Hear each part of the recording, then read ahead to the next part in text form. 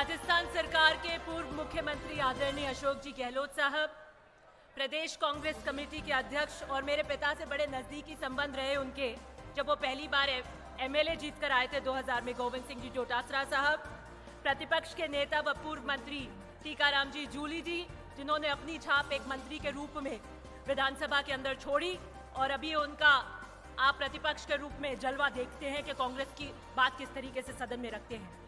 लोकसभा के उम्मीदवार जोधपुर से करण सिंह जी उचियाड़ा साहब, आपके यहाँ पे महेंद्र चौधरी जी, पूर्व विधायक कृष्णाराम जी विश्नोई, सुनील परिहार जी, पूर्व विधायक महेंद्र जी विश्नोई, जसवंत जी कछावा, पूर्व मंत्री साले मोहम्मद जी, पूर्व मंत्री राजेंद्र सोलंकी जी, पूर्व विधायक मनीषा पवार जी, पूर्व विधायक हीरालाल जी मेघवाल और सम्मानित मंच, इस सभा में विराजमान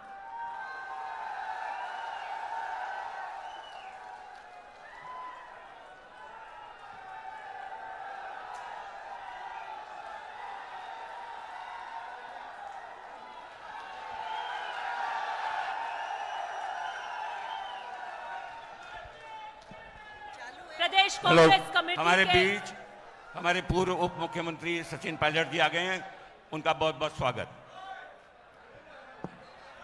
प्रदेश कांग्रेस कमेटी के पूर्व अध्यक्ष व महासचिव कांग्रेस सचिन पायलट जी, वह सभा में विराजमान पितातुल्य बुजुर्गगण, युवा साथियों, माताओं और बहनों, जिस भारी संख्या, जोश और उत्साह के साथ आज की यह भीड़ बता रही है कि जोधपुर लोकसभा के अंदर सूरज अब कहां से उगने वाला है।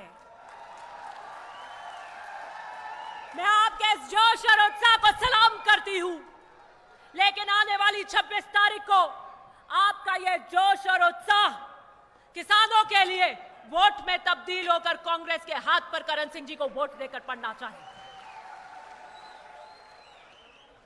5 साल के कांग्रेस के इस कार्यकाल के अंदर मैं गर्व से यह बात कह सकती हूं, एक विधायक के रूप में, जब मैंने 5 साल काम किया तो यह किसानों का राज था, यह गरीब का राज था, यह आम का व्यक्ति का राज था, यह पिछड़े का राज था, यह महिलाओं का राज था। और अब क्या हो रहा है? ग्रामीण परिवेश के लोग आए हुए हैं, क्या हालत किसानों की 4 महीनों में हो गई है।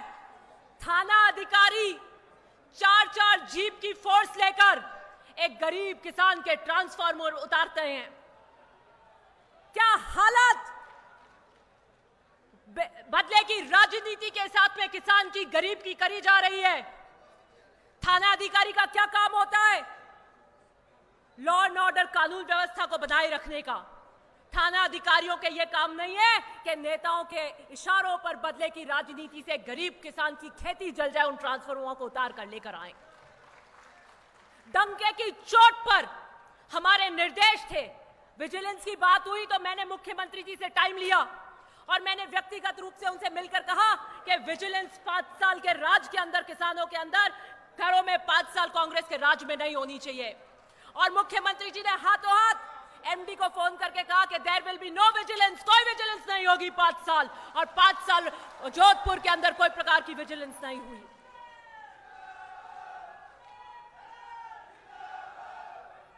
करण सिंह जी आपके बीच में 20 साल से संघर्षरत हैं।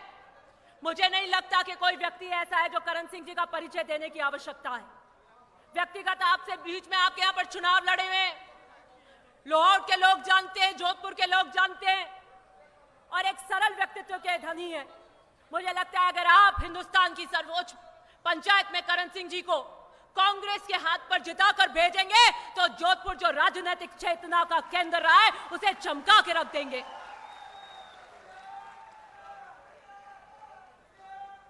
आपका वोट तराजू में तोल कर दीजिएगा। आने वाली 26 तारीख को जो चूक आपसे 3 दिसंबर को हो गई, जो चीज की कमी रह गई, उसे ब्याज समेत आने वाली 26 तारीख को वोट में तब्दील कर डंका बजाइएगा। मैं लाहौर के दौरे पर थी, मैं फलौदी पे भी गई थी, लूनी से भी लोग आते रहते हैं। मैं बता रही हूं सारे सट्टे बाजार फेल हो जाएंगे।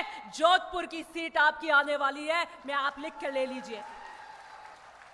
हर वर्ग के अंदर आक्रोश है, हर वर्ग कांग्रेस को वोट देना चाहता है और गांवों में मैं जटे भी जावा के शाह मैं तो हमें धमीड़ा खावा कहीं करा चोट उगी जकी उगी बट हमें कांग्रेस ने 26 तारीख ने वोट देन जीता आने वाली 26 तारीख ने हटके जोरू वोट दीजो मशीना मत भांग दीजो वोटिंग स्लो हो जाए।